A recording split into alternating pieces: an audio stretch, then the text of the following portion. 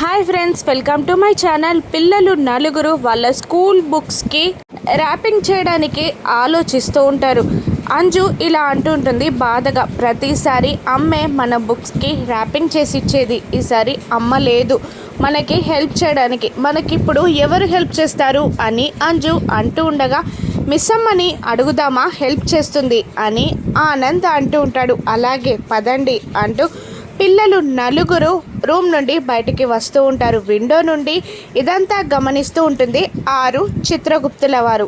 పిల్లలు నలుగురు బయటికి వెళ్ళిపోగానే ఆరు ఆనందంగా వాళ్ళ బుక్స్ దగ్గరికి వచ్చి బుక్స్కి ర్యాపింగ్ చేయడం స్టార్ట్ చేస్తుంది. ఆ బ్రౌన్ కలర్ కవర్ని తీసి బుక్స్కి చక్కగా వేస్తూ ఉంటుంది.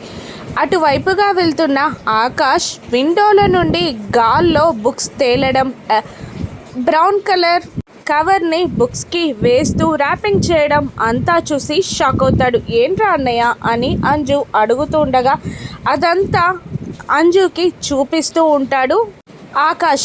అది చూసి షాక్ అయిన అంజు, పద వెళ్దాం మిస్సమ్మకి చూపిద్దాం అంటూ నలుగురు పిల్లలు వెళ్ళి మిస్సమ్మని పిలుచుకొని రూమ్లోకి పరిగెత్తుకుంటూ వస్తారు. ఇక బాలిక అని ఎంత చెప్పినా చిత్రగుప్తుల వారి మాట ఆరు పట్టించుకోదు. పిల్లలు మిస్ అమ్మని తీసుకొని రూమ్లోకి డైరెక్ట్గా వచ్చేస్తారు. అప్పుడు బుక్స్కి ర్యాపింగ్ చేస్తూ ఉంటుంది ఆరు. వచ్చిన పిల్లల్ని బాగీని చూసి ఆరు షాక్ అవుతుంది. ఇక ఆరు ఆత్మ అన్న విషయం బాగీకి తెలిసిపోతుందా?